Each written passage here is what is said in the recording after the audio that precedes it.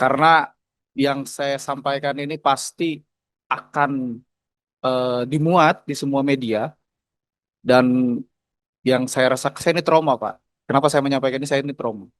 Saya terus digoreng habis-habisan masyarakat kami, digoreng habis-habisan di media sosial.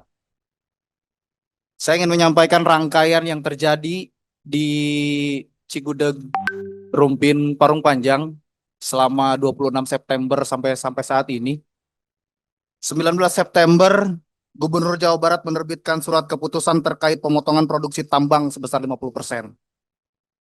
Dilanjut, selang 1 minggu, tanggal 26 September, entah dasar keputusan apa, pemerintah provinsi menetapkan penutupan tambang di wilayah kami sementara dan tidak ada jangka waktu. Kami diberi ketidakpastian di sini. Tanggal 29 September selang 3 hari, kami masyarakat aliansi bersama-sama melakukan aksi karena tidak ada kejelasan di sana. Tanggal 2 dan tanggal 6 Oktober, pemerintah Kabupaten Bogor melakukan pendataan warga terdampak, Pak. Melakukan pendataan warga terdampak penutupan tambang di 3 kecamatan. Yang saat ini datanya sudah ada di DPMD Provinsi, tapi belum ada kejelasan juga.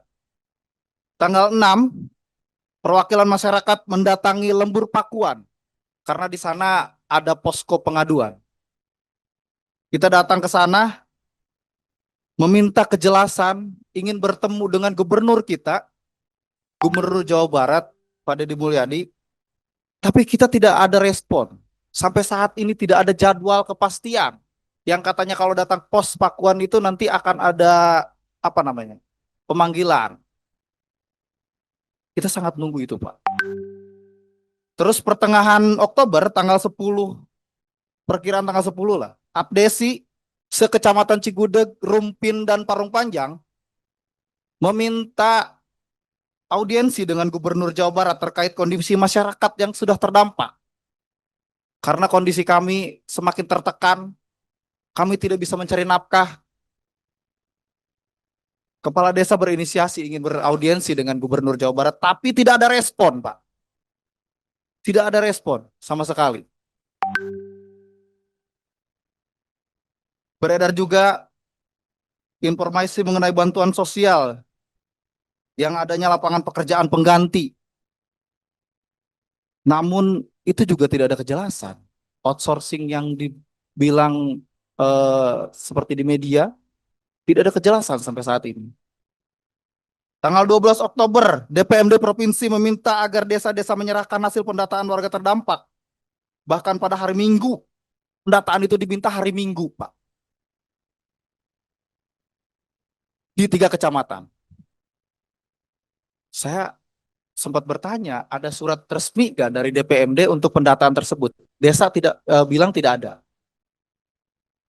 Artinya spontanitas. 20 sampai tanggal 25 Oktober dilakukan audit perusahaan oleh ITB dan IPB. Ini sangat kita apresiasi, Pak. Karena perusahaan juga perlu dievaluasi. Tapi hasilnya belum juga diumumkan sampai saat ini.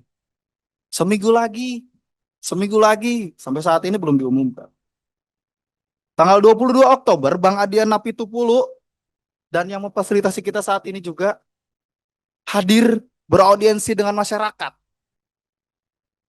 Dari berapa anggota DPR RI yang di Kabupaten Bogor? 10 ya, lebih. Hanya Bang Adian yang datang ke sana. Yang mau bertemu dengan masyarakat. Entah mereka takut mungkin atau seperti apa. Saya nggak tahu. Padahal rakyat yang memilih mereka saat ini sedang membutuhkan betul-betul mereka. Tanggal 31 Oktober, Aliansi Masyarakat menyampaikan surat audiensi yang saat ini kita bisa duduk saat ini di sini. Tanggal 1 November, pemerintah mulai melakukan penyerahan formulir bansos, Pak. Kita dibelikan formulir BJB ke masyarakat. Pak, ada masyarakat yang tidak mendapat bantuan karena pembagian tidak merata, Pak. Yang diajukan 3.000, di ACC cuma 1.800 per desa ya. Kemudian pas pembagian formulir itu RT di demo, kadus di demo, desa di demo.